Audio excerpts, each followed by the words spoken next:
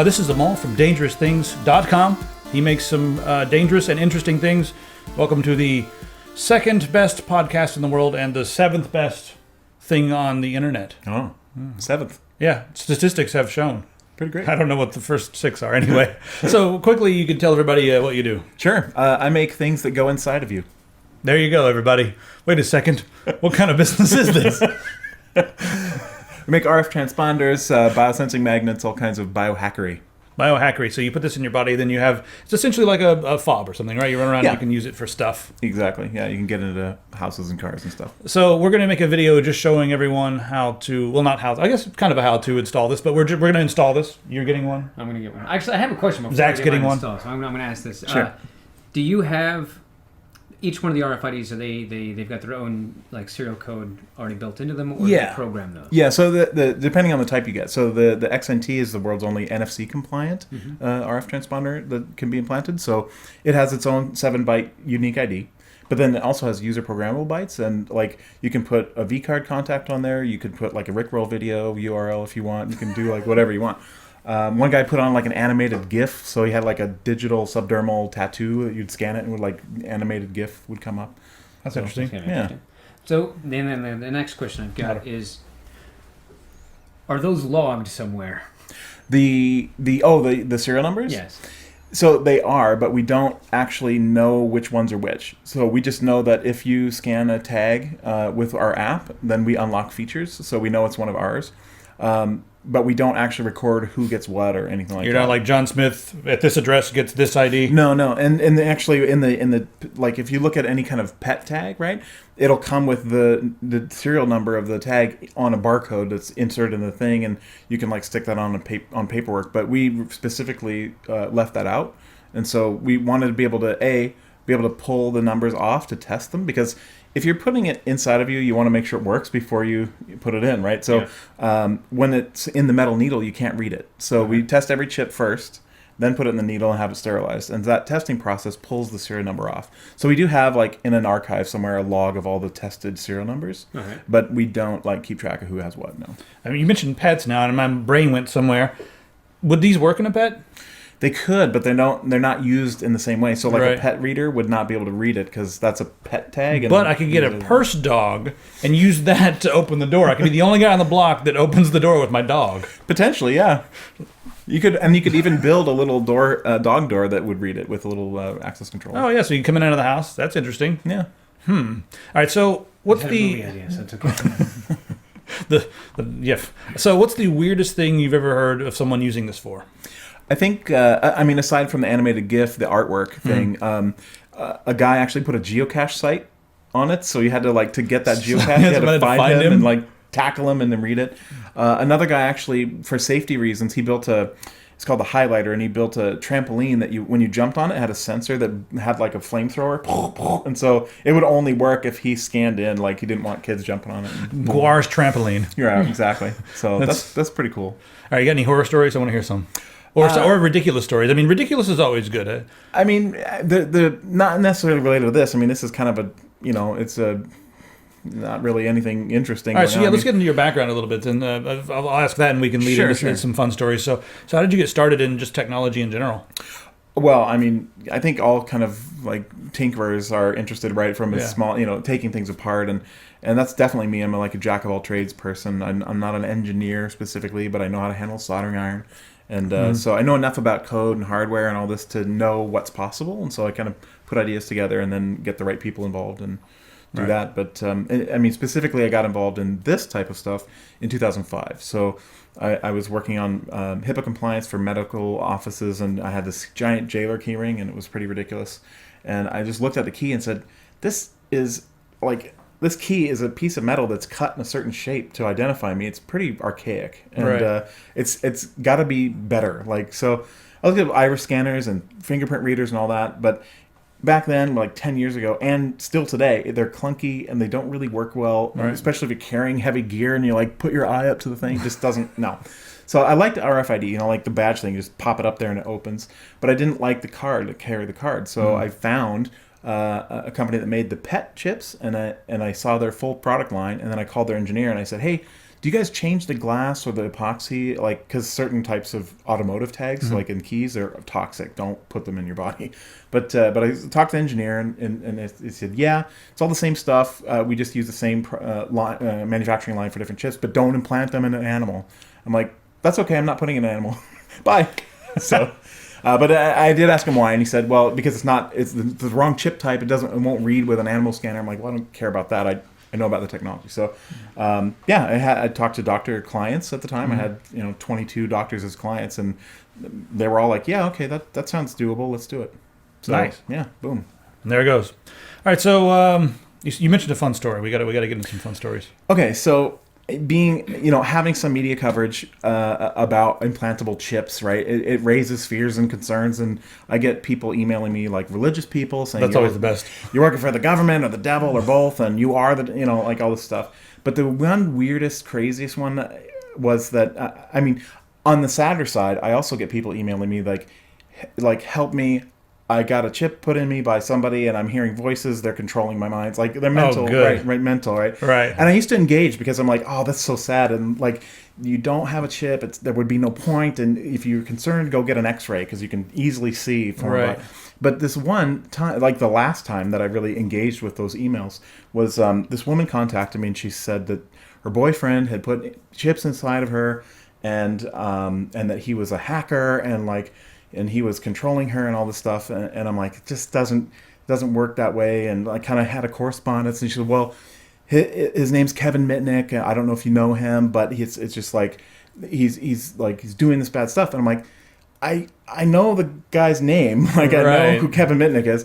But like, obviously you have like a mental issue. And so I emailed Kevin. Yeah, because he's easy to find, right? She's like, hey, this person contacted me about like chips, and like she needs help, and like whatever. And so then like a day later, she emails me back, you told Kevin. And I was like, well, that she's not lying about their connection, right? So they are connected in some way, but I can only hope that she got the help that she needed. But wait a minute, was she Kevin? I don't know, maybe just messing with socially engineering me. I don't know. No, what did you give them? Right, exactly, all the codes. No, they're in us. They're hacking us all right now. Right, exactly. We have no control. Yeah, but I get emails from people like my child was kidnapped, and I want to be able to protect my other children, and I mean horrible stories. Even like people from Brazil and like Mexico. And I'm like, oh, geez, like it doesn't work that way. I'm sorry, but. Wow. Yeah, I mean, it's a whole new kind of crazy. But I guess they're crazy, but now they're in your life because of this. Yeah, so you got the kind of the crazies, but then like the whole thing about the kidnapping stuff, I mean, that's legit. Like parents come to me probably once a week, and they're like, we need to be able to protect our kids, and I want to get a thing for like keeping track of them. I'm like, it doesn't work that way. So the reality is some of the stuff we're working on this year could enable that type of technology, but there's like an ethical dilemma there of like, do we actually allow, like, I don't think having an implantable device that any parent could go and then like find out, that's not ethical in my opinion. Right. But having an implantable device that could, involve police and special like, right, you get Big Brother involved. It's not just parents; it's Big Brother. Well, it's more about setting it's the ordeal that has to be enabled for that to occur. Like, you just like on a whim, like you're not at Becky's house, like you said. Let's like deal with your kid, right? But if it's like my kid is missing and it's been 24 hours, like let's bring out the helicopters and like turn on the radio and like try to find them. It's a different level, right? So, and that could be useful. So, suppose in the next 10, 15 years, this is successful. It works, and we do have the GPS technology. Ethics aside. Do you foresee any global governments enforcing this as being like all citizens must have this so that we can know where you are in case of emergency or in case of a terrorist thing? We'll help you. Sure. It's always that reason. I don't think it's ever going to be that because it's not necessary. It's already being done now with biometric. Right, just being able to scan when people come and go. Mean, you think about like any system of oppression like that. If it involves a tangible thing, right, that thing can be destroyed or subverted or messed with or whatever. But if it's like right, we can switch it up. Yours and put it in or make you go do something bad and they'll track you. Exactly. I mean, it just doesn't make sense. And I mean, on the physics side, like to be able to deploy this huge network of like readers and devices. It's just not even economically viable. But when you talk about like UK, right? They're like a surveillance state. They have cameras and festooned and pointed in every direction, and all leads back, and facial recognition is done automatically. I mean, you get enrolled in these systems by just walking through an area, and you can't really change your facial structure and your gait and like how you smell. There's even chemical sensors now that like sniff you as you walk by. I mean, this is kind of this is my story about biometrics versus RFID. You buy a ticket to go to Disney World, and you pay the plane ticket, you pay the thousands of dollars for all getting everything. You get up to the front to get in, and you have to scan your fingerprint to tie it to the ticket, because they don't want you to buy a 3-day and then go a day and sell it. Right. That's fine, except there's no notice that this is required. There's no alternative, and there's no like license or guarantee or any agreement that they won't keep it forever and ever and ever. And you can't change this. I mean, but you're there and you're excited. You're there, and now you're like, oh shit! Like this, I flew all the way here. And I'm not going to give up thousands of I mean, I threw a fit the first time. I'm like, I want to see somebody I can talk to about this. I want to see a policy. I want to see, what do you do with my biometric data? Like, I'm pissed that I got here and spent all this money, and now you didn't even tell me this was required. And I mean, it irked me. But of course, like, the family's waiting. I've spent thousands of dollars, and I'm like, ugh, beep. You know. Ooh, that's rough. Yeah, it's rough. So I don't know. That's just my, like... I don't know. I think I'd make my family suffer. Like, you! No! Yeah, I'll pick you up later. I'm not going to submit my fingerprint to Disneyland. So. Any questions? No, I think my initial question was, what you already answered, was the...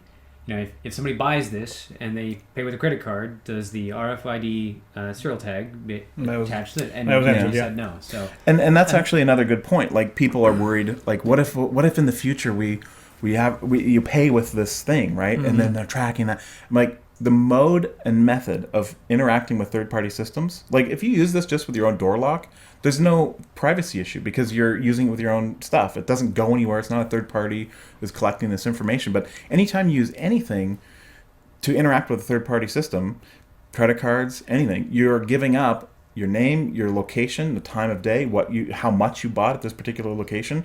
That's a huge amount of data, and people just do it without thinking, right? Mm-hmm. But for some reason, it gets them thinking about privacy if you talk about doing it with an implant. Oh, somehow it's different. It's really not any different. It's just metadata. Yeah, I mean, you're interacting with a payment system just the same way you would with a card. So, well, I guess my real question would be, in the event of you have this in here, you said there's some programmable data. What can you program into it? You can program any binary data that you want, and some people are carrying. I mean, because you can get through, like, it's MRI safe. You can get through like airports just fine. So some people in certain areas that have problems with cryptography, you know, and their governments are kind of cracking down. I mean, they've put their crypto keys on it, and then like not told, because you can't really see it, and at least in me and most people. And you can go right through the airport and they can search whatever, but they're not going to find this. And so there's kind of a covert, spy versus spy kind of application for it. You can put literally crypto keys on it that then you use to unlock your laptop and email and whatever, right? Yeah, that was my original thought. I was like, I can buy this with my credit card, but... And it's more along the lines of, if I could take... if you say any binary data, so I could take the key fob functionality of certain credit cards, and if I could capture that data and put that here, would that work? Is it the same? No. So there's different standards of EMV payment. So one of the first standards was simply like, it was horrible. They basically said any of the magstripe data, we'll just put it into an application file on a particular type of tag, and so that could essentially be read with the right reader, and you could just literally buy an off-the-shelf point of sale reader that's already got the keys to unlock that application in it, and you just beep, and then it spits out the data, magstripe data, in the serial port. But taking that and then programming in this, it's not the same type of chip. The command sets are different, and it's a whole different thing. But it is something we're looking at. Okay. So then the other question I had was about your phone's got an NFC chip inside, and that can you program your chip in your hand with the same kind of ID that your phone would have? Actually, yeah, the best and the primary way most people program their chips is with their phones. So they'll bust out an Android phone, put an NXP tag writer app on it, and then just boop, program stuff in. And in fact, we have an app that is on the Android platform that will essentially protect your tags. So the NTAG 216 chip inside the XNT tag is it's meant for NFC, and it has certain features that are great for like the 5-cent label that you stick onto a movie poster, but they're bad for an implant, particularly like lock bites and password protection that is just set to factory. So the first thing you want to do is run the Dangerous NFC app to disable the lock bites, so somebody can't just write like "screw you" and then lock it. The other thing is you need to protect your configuration bytes, and the DNFC app does all that for you. You don't have to do anything. You just scan it and it protects it. So without your app or whatever, someone can steal this, but they can't really modify it or mess with it. Or without the app, they could. That's the thing. So you could cut it and rip it out, and then they could do that obviously, but they could literally just mess with you. If you don't protect your tag with Dangerous NFC, then you can. Somebody could like, let me see that tag, and then like write something and lock it, and then at that point you can't change it, so you'd have to like rip it out. And some customers had done that by accident. They'd like start. I want to write my B card on here, and then like, and protect the tag. Yeah, I want to protect the contents. Beep, so beep. once it's protected, is there any way to? Once it's locked, you cannot unlock it. So that's why we disable the lock bytes with Dangerous NFC, and we protect the contents with the password instead. And so we have you set a password that's not factory standard, and then we protect the configuration bytes. So essentially, it's locking the tag open, but you can still protect the contents. Got it. So otherwise, you could have somebody come by with a writing app and just kind of grab your hand and touch. Potentially, yeah. Here, hold my phone. Sure, yeah. Or it has a malicious reader on it, and you go boop boop, right? Hey, check this out. I mean, it's possible. Just make it so that every time they pick up their phone, it opens up a really bad website. right, exactly. Like, oh no. I mean, the reality is, it's going to probably be you that accidentally locks your tag. Nobody's really going to know that you have one of these, it's still pretty covert technology. But yeah, I mean, do you have any scars or anything like that? Or? Well, my right hand's real scarred up because it's my project hand. Mm-hmm. And that's the other thing. Pet tags have this coating on them. It's a Parylene Biobond coating, and it's meant for like an untrained veterinary assistant or like. Probably more accurately, grab the thing and just slop it together. Like, a dog's going to yelp and then go home and run around. Yeah, just like, and so they, volunteer at the animal shelters doing it, and so the tag needs to stay in place because they need to know where to scan it. They can't just if it migrates and moves around, they're not going to scan everywhere in the dog. So. I didn't want that. I wanted to be able to replace it or remove it. And because we're placing it much more carefully, the fascia layer, the tissue, it's pretty good about locking it down. Maybe we have like 0.025% of cases, like 5 dudes in the last thousands that we sold, that it will move around. But they change their diet, they take a supplement, and it locks it down. But anyway, so being able to take it out later if you want is pretty simple. You just like poke here and like do that and like scalpel and pop it out. So speaking of taking it out, how long does the battery last? Well, there is no battery. You can last forever. Power. I guess it's just passive depending on. It's passive, and it basically inducts power. So like on a device like door lock or something, the reader has a little electromagnetic coil, generates a magnetic field, which is small. I mean, the magnetic fields that are generated are difficult to make larger, which is again why the proximity is so small. But so it makes a magnetic field. You bring the tag within that field, and it starts inducting power. And then to communicate, the tag will either induct more or less current, and then the reader can tell that's a 1, a 0, and back and forth. So I got one more question. It's silly, but this is one of my reasons for being hesitant so far. Sure. Myself, I'm not getting one of these Kane and Zach are, but I get headaches, and you rub right there. Yeah. Can you still massage there without it being awkward or feel weird or whatever? Yeah, you could, but I mean, the whole idea of like the ley lines or the whatever lines, people in the kind of the Asian medical community, mystic Chinese medicine, they're like, you have what? Where? Don't you get headaches? Doesn't that screw your whole? No, no, because personally, I think it's bogus. But if you get headaches, man, like. Go into the cranial lines between your bone plates and then pull your ears, and that's way better than massaging here. Tips. You guys didn't even know you were going to get some tips like that. Pull your ears. Yeah. I give it a go. Give them a nice yank. Yeah, I guess you're right. Is there's the blood flows there? There's pressure that builds up, and you can it depends on what type of headache you have, but it's the muscles get tight around here, and you massage those muscles and pull. Yeah, it works. Yeah. All right. Well, I think that's pretty awesome. Again, dangerousthings.com. You guys can check this stuff out. And maybe we'll talk about doing a special edition or something for our store. I don't know if you guys want. Let us know if you guys want it in the comments. If you'd pay, top dollar for it, then maybe we'll think about it.